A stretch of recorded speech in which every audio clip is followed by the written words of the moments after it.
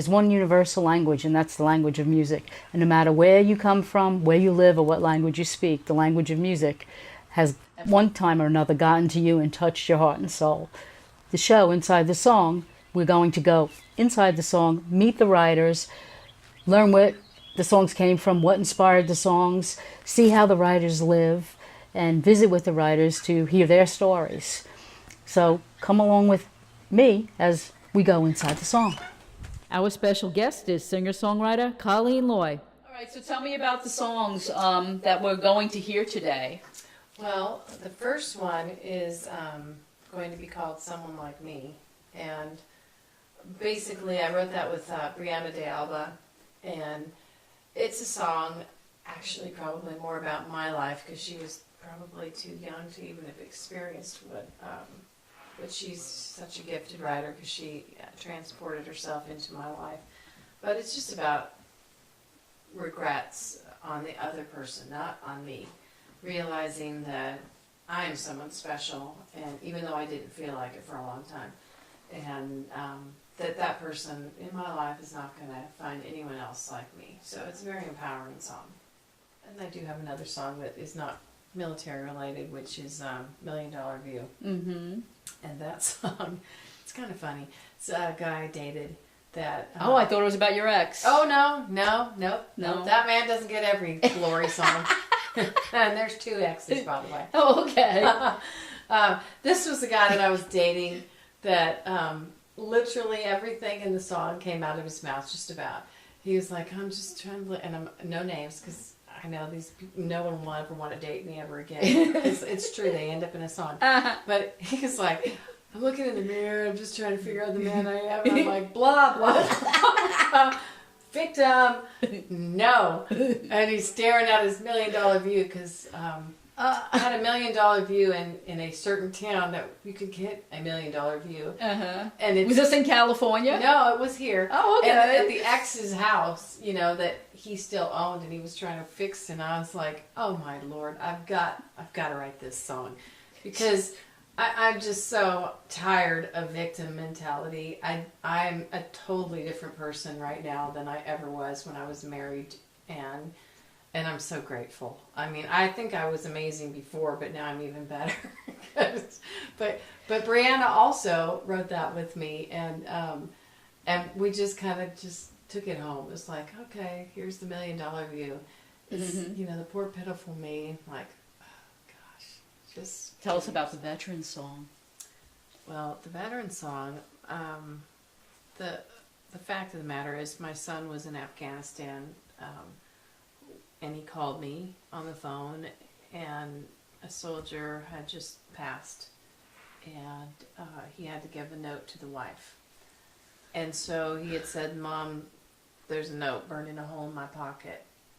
And so I, of course, had to write that line down and called my co-writer, Sherry Love, and said, we got to write this song. So we wrote Lay My Brother Down, and it's obviously a tribute to the fallen soldiers, and I've had opportunity to fly back to Italy for the USO Vicenza to welcome the families of those who were lost, 14 of them, I believe, in that deployment. And then just recently came back from Ohio for the Let Us Never Forget celebration of the fallen soldiers and Keith Maupin's son, Matthew Maupin, who died in Iraq in 2004. So it's just, as Matt would say, it's my song, Mom, but it's for everyone. But he knows that I wrote it because he inspired me to write it, and of course we were bawling when we wrote it. We were bawling our eyes out. Wish you could meet Sherry right now because she's cool. And anyway, it's just a tribute to the soldiers. I did not know that was a true story song. I didn't know that, and I know that most songs come from true stories, but I did not know that. Do you tell that? Because I don't recall you telling. Sometimes I do. It just depends on how much I want to cry afterwards. Right. And I mean, it's really hard to get through because I remember, and just recently, Matt was calling about his friend, and I want to give him some privacy, but he's having a hard time because they have survivor guilt, and they second guess what they could have done better, or why is he here and why they're not here. And I did have occasion to talk to several families that lost their soldier at war, and it is absolutely, we are pretty numb to it because we're here in our homes, and we got our TVs and our computers, and people just don't even think about the soldiers literally fighting every day over there. And it needs to be heard. It needs to be realized that we've got loved ones over there. Everybody has somebody that's fighting to get us free and keep us free. So not only that, but what's even more aggravating is that people seem to care more about, the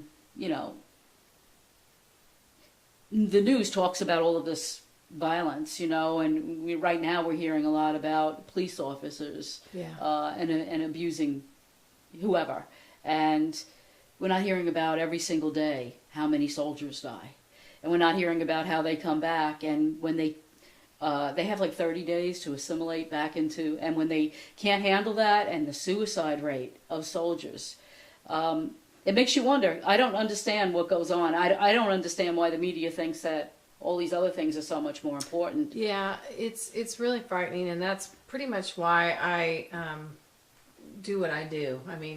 I was very strong into the veteran cause before my son joined the Army, but literally after he did and had his 2 deployments, I see more of a need more than ever because I've seen firsthand what these kids and men, what I call them kids because I feel like... Yeah, he's your baby. He's my baby, but it's really frightening how when they come home they can't find a job, or they're good at doing one thing, and that's shooting a gun or whatever, and then they don't have a place, they don't know where they fit in.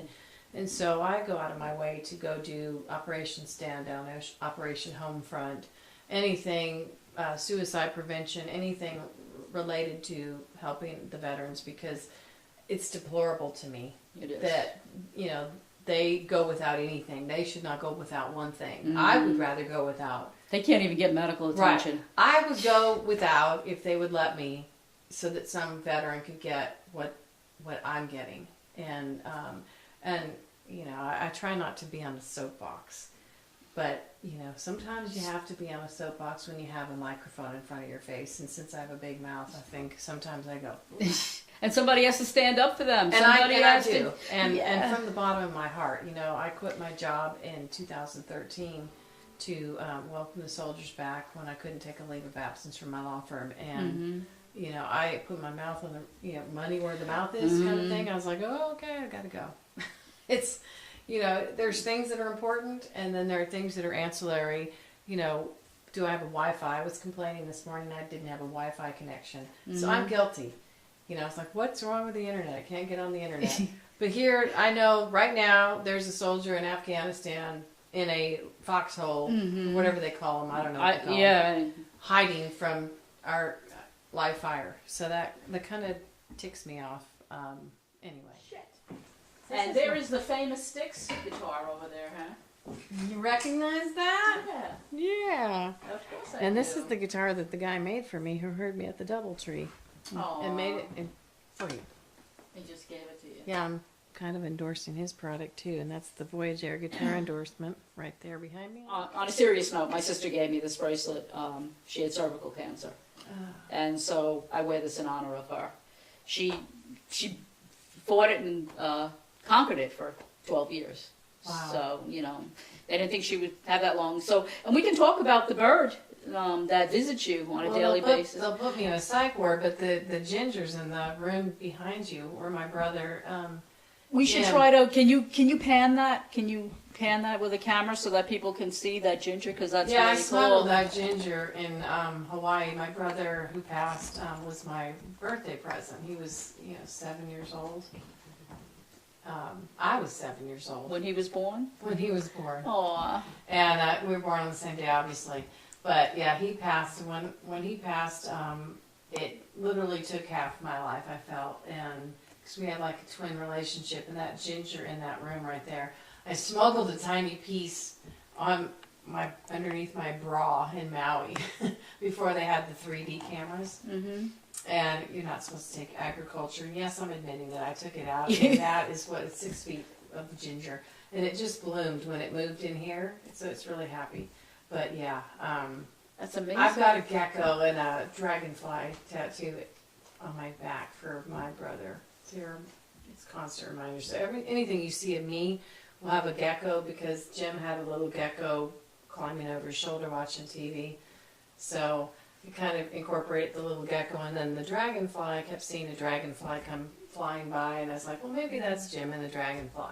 So now I think he's out there in the yard as a finch or whatever. It's a red bird that comes and sings to me like, exercise, exercise. Been told to exercise. The little bird screams at me. Is that what it sounds like he's saying? No, it's a very annoying chirp to most people, but to me it's beautiful, and I knew that it was something that was for me. I know. Well, he was out there just a little while ago. I was just flitting around, yeah. You know, like he was listening. He was sitting in the bush. He was just sitting there listening. I wish we would have caught that on camera. He wanted to drive the bus. He wanted to drive the bus for me, and so now I've got him as a bodyguard. That'll be good. I like that. Well, that's what this show is about. It's about going inside the song, and there is a story behind every single song that is written in this world, and I think it's important that people know what birthed these songs. Where did they come from? And it's funny you should say birth, because I always say, well, it's in gestation, and they're like, what are you talking about? And my co-writer Sherry and I are in the middle of writing a song, and actually we're writing 2 of them, and it's like just. It's growing, it's forming. And, she sent me a couple lines, and then I found a melody, and then, we just kind of stomp it out. And then I'll sing into my phone on the way to work, because I'm a captive audience for 45 minutes easily on the way back to Nashville. So I'm like singing into my phone. Or I'm singing into this little recorder over there somewhere around here. It's over there. But, and then she sends me a couple more lines, and then I send her the little track, and she said, yeah, no, I don't like that.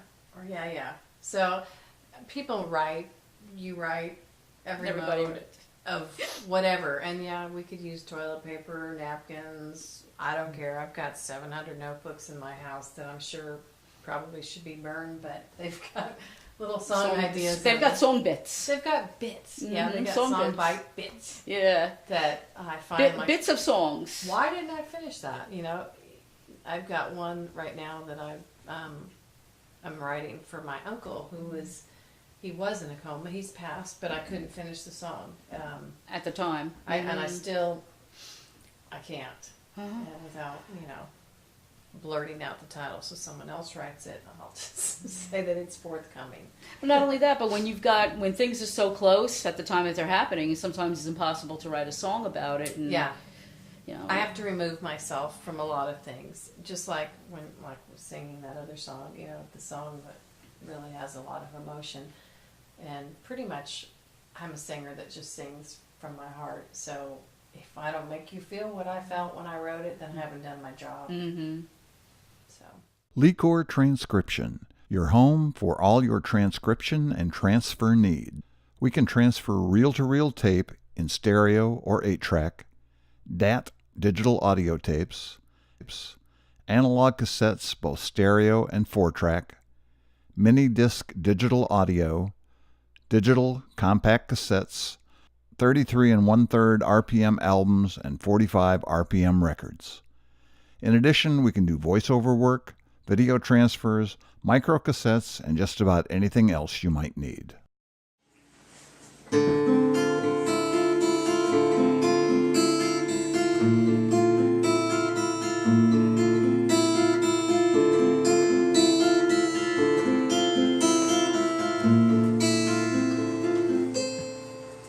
Well, I know that I'm not perfect, and I never tried to be.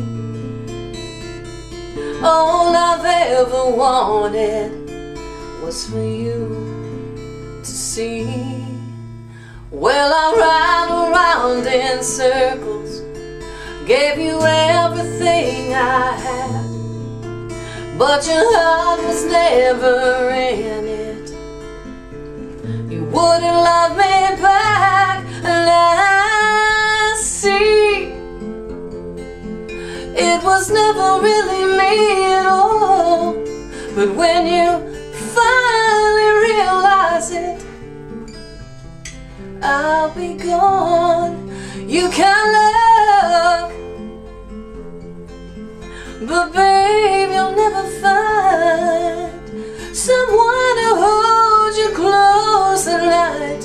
You see, you won't find someone like me.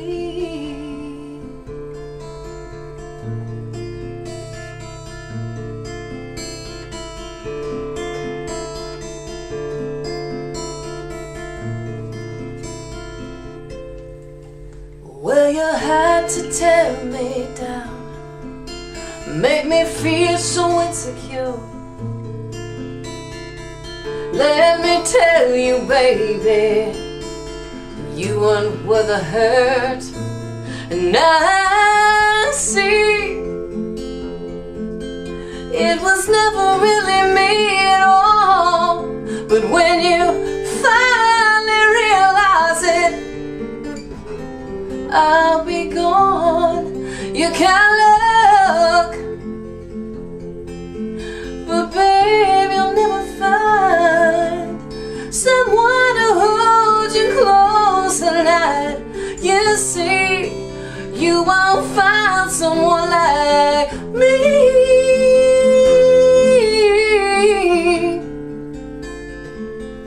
Someone like me. Oh yeah. And I see it was never really me at all.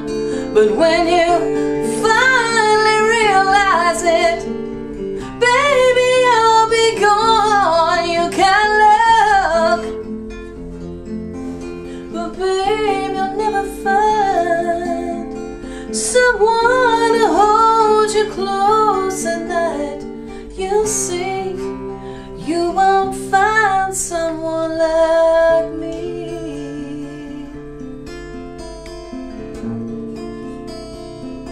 Someone like me.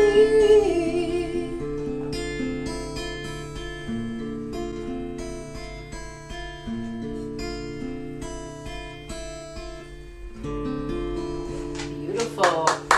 Beautiful. Thank you. That's a beautiful song. Thank you. And now I need to look.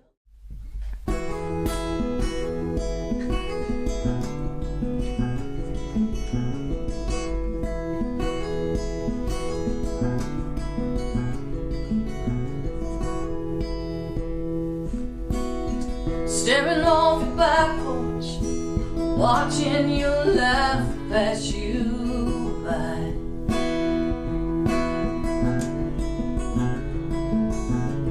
Searching for answers you know you're never gonna find.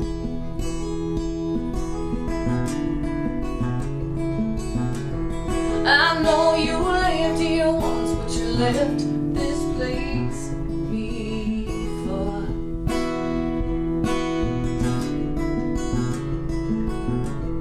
Grass is always greener until it's yours to know. So you're searching for the answers, and you look inside your soul. You stare into the mirror of the man you used to love. You had everything you wanted, but you let it go. You keep fighting for all the things you lost. You know you can't come home. Be searching for the truth and your $1,000,000 view.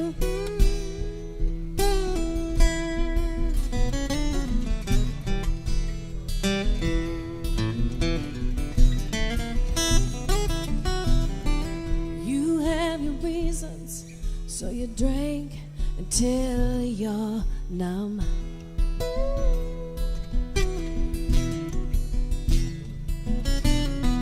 You did this to yourself, and there's nowhere to run.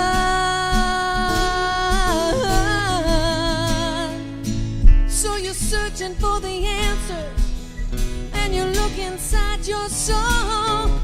You stare into the mirror of the man you used to know.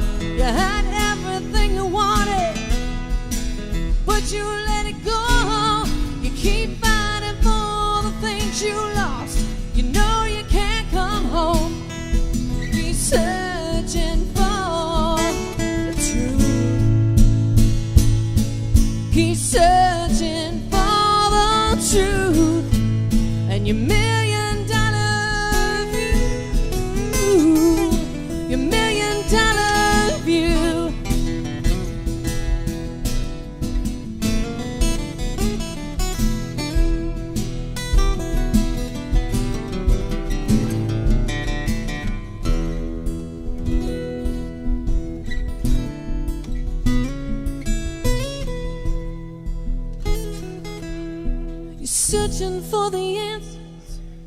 You look inside your soul.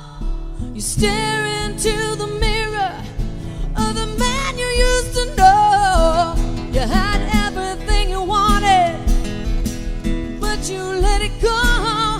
You keep fighting for the things you lost. You know you can't come home. He's searching for the truth. He's searching for the truth. And your $1,000,000 view. Sorry for hitting you. Your $1,000,000 view. Your $1,000,000 view.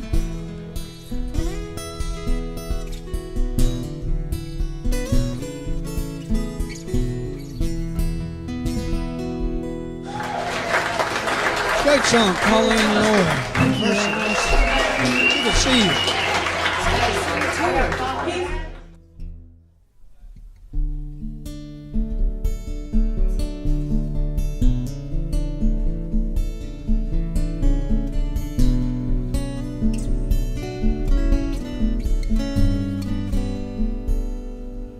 I recall the blast.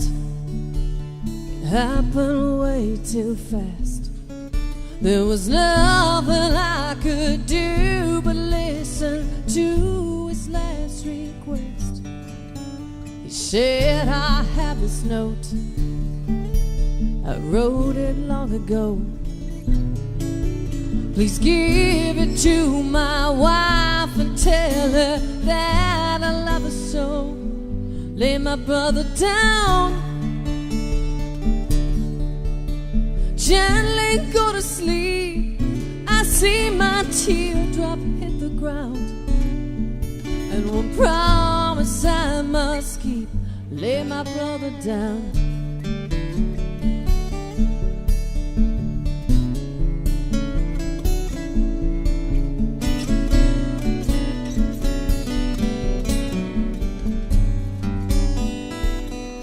I try to keep my head in the game, do what I was trained to do. But there's nothing's burning in my pocket, reminds me of you. Lay my brother down, gently go to sleep. I see my teardrop hit the ground, and one promise I must keep. Lay my brother down. No, I don't want to do it. I'd rather stay right here than look her in the eyes, tell her of her greatest fear. Lay my brother down.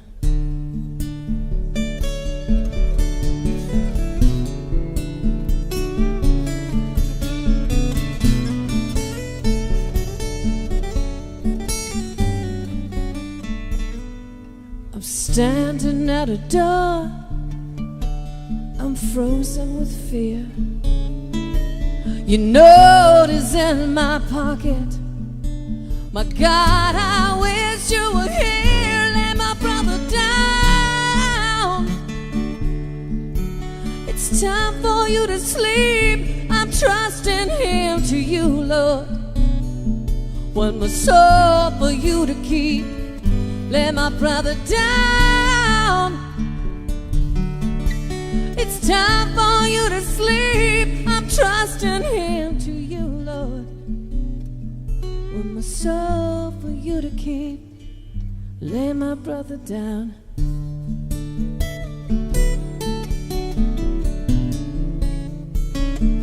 Lay my brother down.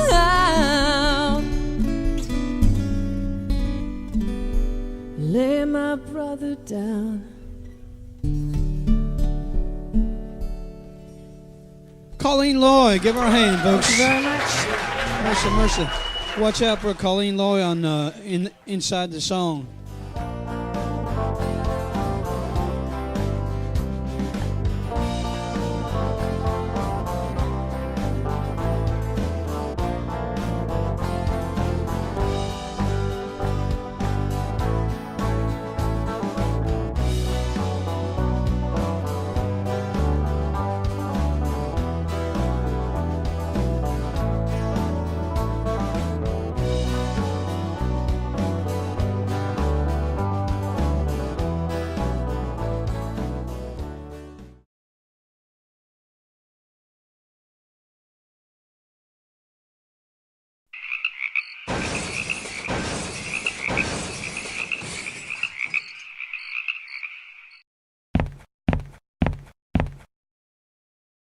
Track Studio.